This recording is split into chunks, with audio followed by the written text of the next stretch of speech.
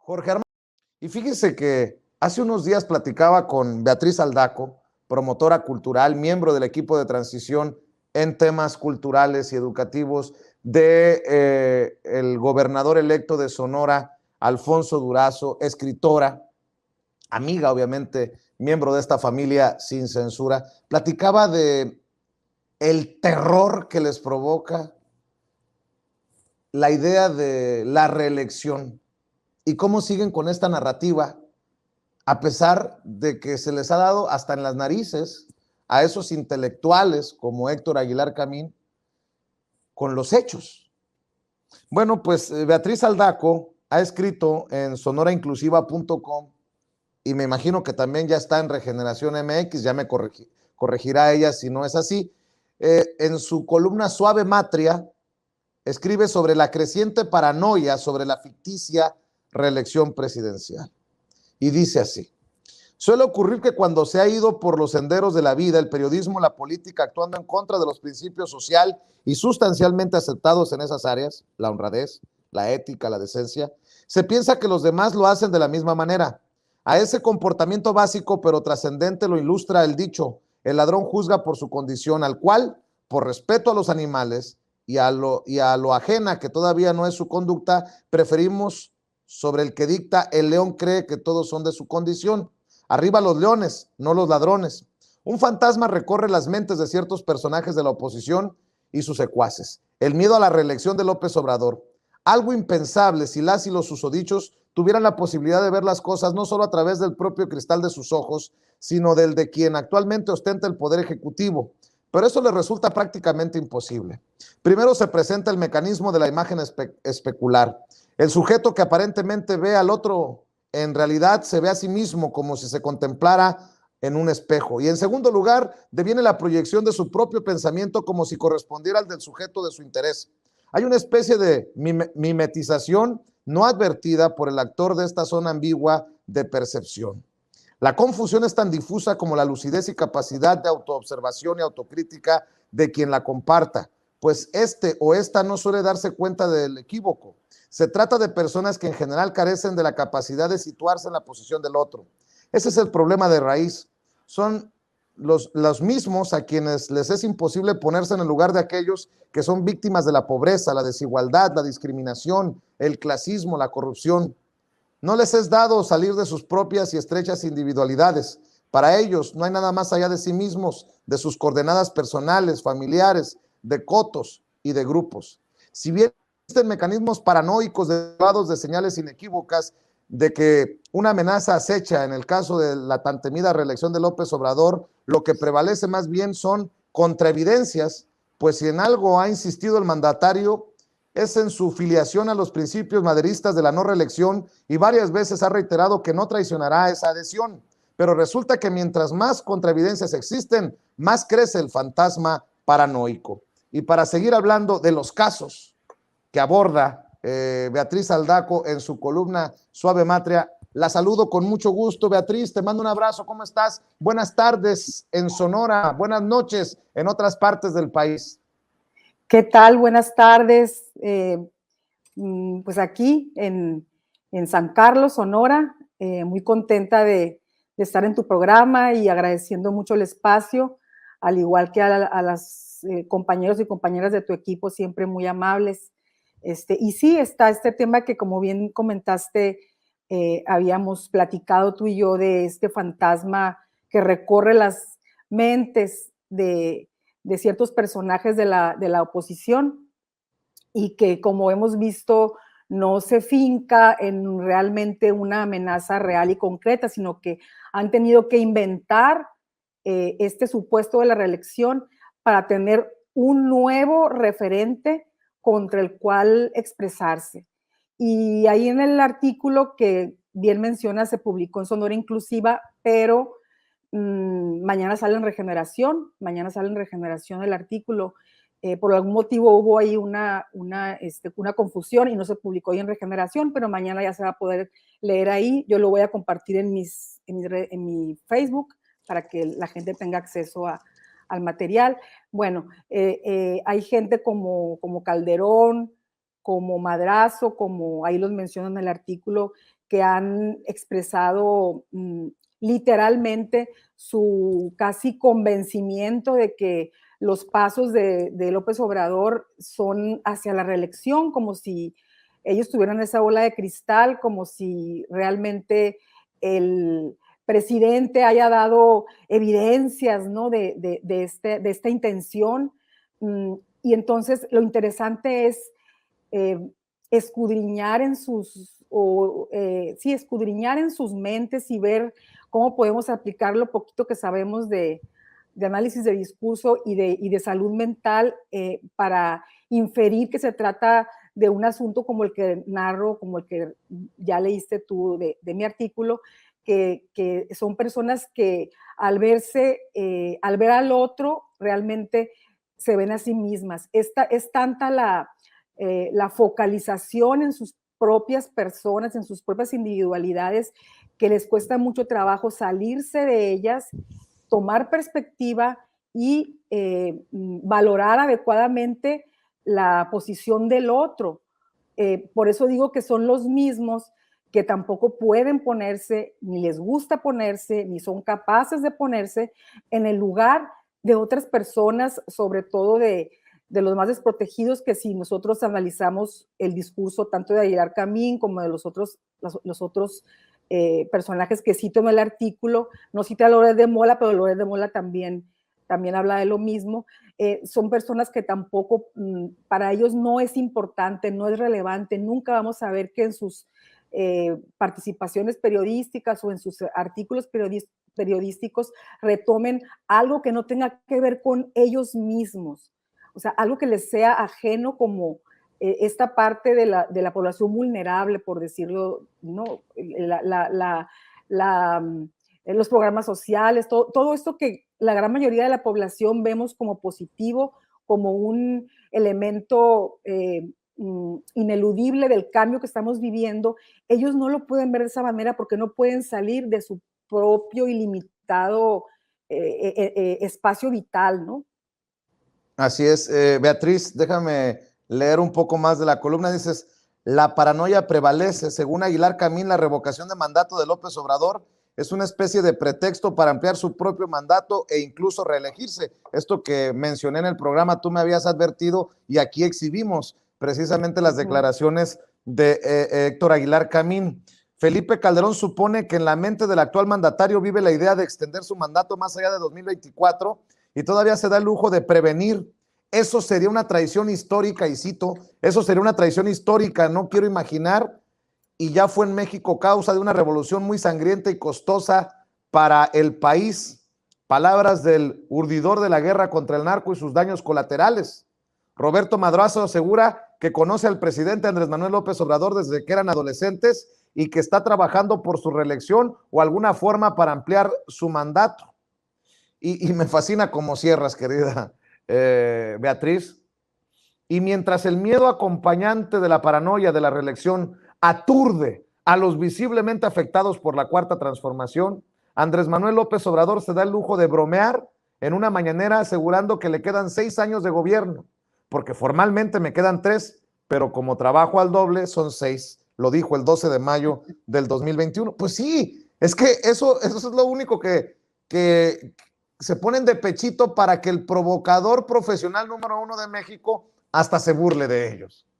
Así es, pero esto está en el fondo, si atendemos, a mí me gusta mucho intentar ir más allá de lo que dice el discurso para tratar de extraer más datos o más información sobre sus perfiles. Es el miedo, como digo ahí, o sea, es un pánico soterrado que no lo expresan abiertamente ni literalmente, es un pánico a que realmente se pudiera reelegir, o sea, dicen, ¿cómo es posible si no van 3 años y están desesperados porque se vaya, ya no pueden más?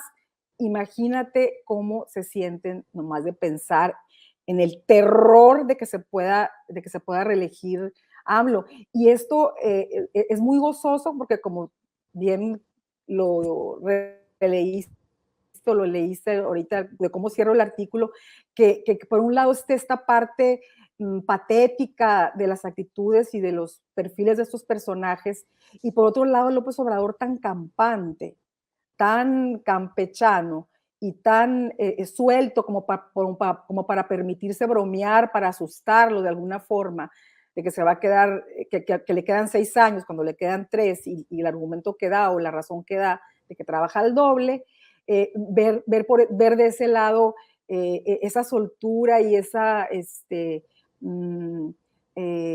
informalidad que lo caracteriza, lo cual habla de que estamos frente a una persona que tiene una vida interior mucho más libre y mucho más transparente y mucho más liberada que la de esos otros personajes. Entonces, también este sexenio nos va a arrojar al final este contraste entre ciertas patologías que ya se advierten en ellos, o sea, ciertos delirios que se advierten en estos personajes de la oposición, y por otro lado, que nosotros, y cuando digo nosotros me refiero a quienes estamos a favor de la Cuarta Transformación, normalmente no perdemos el humor y normalmente no nos amargamos, normalmente terminamos por reírnos y por enfocarnos en lo positivo. Entonces, son este tipo de situaciones que no podemos medir todavía bien, pero que las estoy trabajando y siento que al final del sexenio van a quedar más claras, ¿no? No es solo nada más, no es la confrontación política nada más, la confrontación de las ideas o de proyectos distintos, sino también de psicologías y de interiores emocionales de las personas. O sea, las personas nos proyectamos, como ayer, antier, Jorge Fernández, que dice, y lo ventilé en mi Facebook, que dice que él ya sabía que si aceptaba un puesto en esta administración, que iba a tener que estar callado, que iba a tener que renunciar a su capacidad de expresión. O sea, me quedé completamente azorada. O sea, cómo alguien acepta que aceptó un puesto claudicando a su libertad de pensamiento, a su libertad de expresión. Entonces, es muy interesante cómo la Cuarta Transformación está poniendo a las personas en su lugar, y lo interesante es, por eso me remito siempre al discurso de las personas, o sea, a qué dijeron las personas en sí, porque no, incluida yo, o sea, todos nos ponemos en nuestro lugar con nuestros propias palabras y discursos. No requerimos que alguien venga a imponernos un estigma o un calificativo, sino que lo que hablamos, lo que decimos, es lo que somos. Por eso es tan importante el discurso. Y aquí van a seguir habiendo diferencias muy fuertes. De aquí en adelante, esta segunda parte del sexenio, vamos a seguir viendo situaciones como la de Jorge Fernández, que es un caso periodístico que has de haber tratado tú en tu programa, Vicente. A lo mejor yo no lo vi, pero se ha estado ventilando mucho en los medios por la forma en que se dio, ¿no? Porque también hubo un invento de que alguien dijo algo que no dijo, en fin, todo esto, ¿no? Así es. Oye, Beatriz, ya que hablabas de psicologías rumbo al 2024, yo creo que necesito ir al psicólogo para digerir a los personajes que ya nos los empiezan a poner ahí enfrente, posibles suspirantes a la presidencia de la República. Hasta Alfredo del Mazo, el primo de Enrique Peña Nieto, ya pareciera estar echando a andar la maquinaria para que se le tome en cuenta. Pero, híjole, estos son tan impresentables, son personajes que de plano, si la gente vota por ellos es porque están haciendo una manipulación psicológica muy fuerte sobre la gente de a pie, entre los mexicanos y mexicanas. Te lo menciono y dame tu opinión, porque hoy di a conocer, mencionaba aquí en Sin Censura, que los políticos de México son evidenciados como los que más lavan dinero en Estados Unidos, de acuerdo a este documento elaborado por el think tank Global Finance Integrity, y habla de casos como los exgobernadores Javier Duarte, priista de Veracruz, con 30 casas en Florida, José Murat, priista, papá del actual gobernador de Oaxaca, con 6 en Nueva York, Florida y Utah, Tomás Yarrington de Tamaulipas, con las propiedades que confesó tener en Texas e Isla del Padre, también priista, el personaje de gobiernos panistas nefasto, como lo fue Genaro García Luna, con su casa de más de $3 millones en Florida. En fin, si en la oposición están preocupados por la reelección de López Obrador y se hacen pendejos, ya lo dije, ni modos, perdóname, Beatriz, y se hacen tontos por todo este cochinero, pues así como yo necesito ir al psicólogo para digerir esto, ellos sí necesitan ir al psicólogo para que les den terapia, Beatriz. Yo pienso que sí, yo pienso que sí. Yo no sé si peco de idealista, de ingenua, de demasiado optimista. Yo sí creo cuando el presidente dice que México ha dado un cambio, o sea, que hemos cambiado, que la sociedad mexicana es mucho más consciente que en años pasados o con sexenios pasados, que hemos avanzado en ese sentido.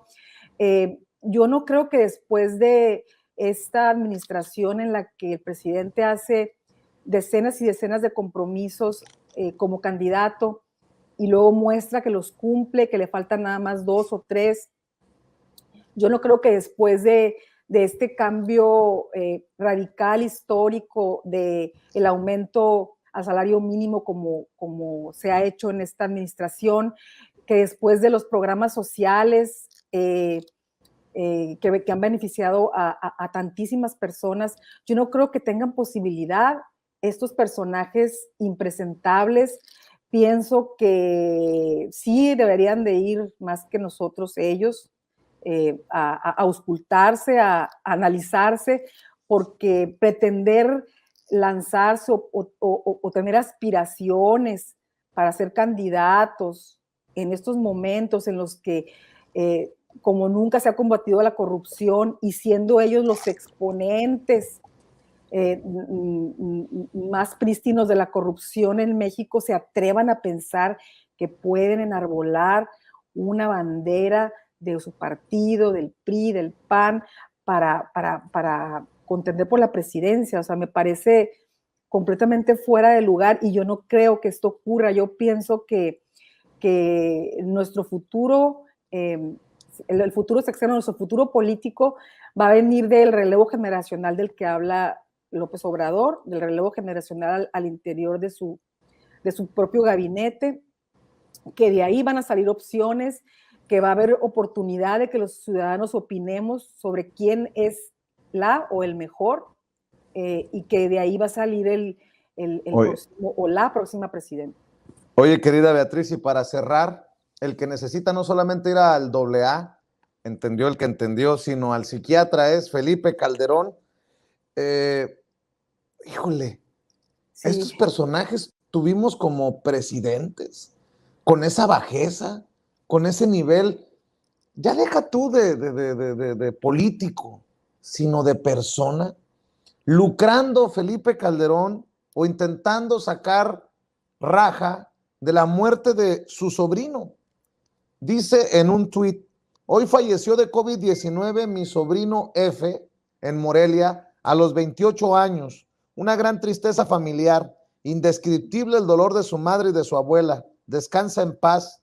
Dicen en el gobierno que no les da tan fuerte a los jóvenes y niños, que las vacunas son negocio farmacéutico.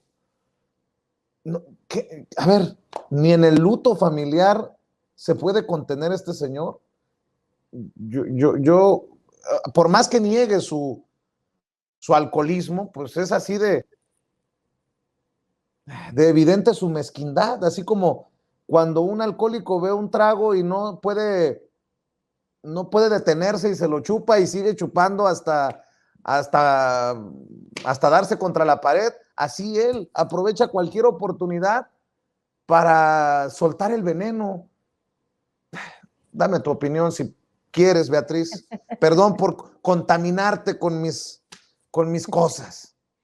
No, fíjate que sí leí el tuit hoy, lo leí, pienso lo mismo que tú, pienso que está, pues, más que lucrando, Enfermo, sí, pero enfermo. yo pienso que se está pareciendo más cada vez a Fox, ya es incontinencia verbal, por no decir diarrea verbal. Vomitan palabras, no se detienen, han perdido toda la proporción del impacto de lo que dicen, de lo que urden, cada vez se parecen más, cada vez se parecen más. Eh, mm, Cada vez que veo, y no es el único caso, de personas que al momento de que les ocurre desafortunadamente el fallecimiento o la gravedad de un ser querido por la pandemia, que se vayan luego contra el gobierno me parece de lo más mezquino, ni siquiera no lo vimos nunca ni cuando fue la H1N1, la influenza, no lo vimos, o sea, yo no recuerdo que estuviera la oposición en ese momento tan dañada como para culpar al gobierno, ¿no? Ni siquiera, y aún teniendo razón, porque era otro momento histórico en México y eran otras las condiciones del gobierno y las farmacéuticas y demás. Pero verdaderamente sí, ya ni merece, la verdad, ni merece contestarle. Qué bueno que está él solo, como dije, evidenciándose. Y ahí está, y lo escrito permanece. Ahí van a quedar todos esos tweets.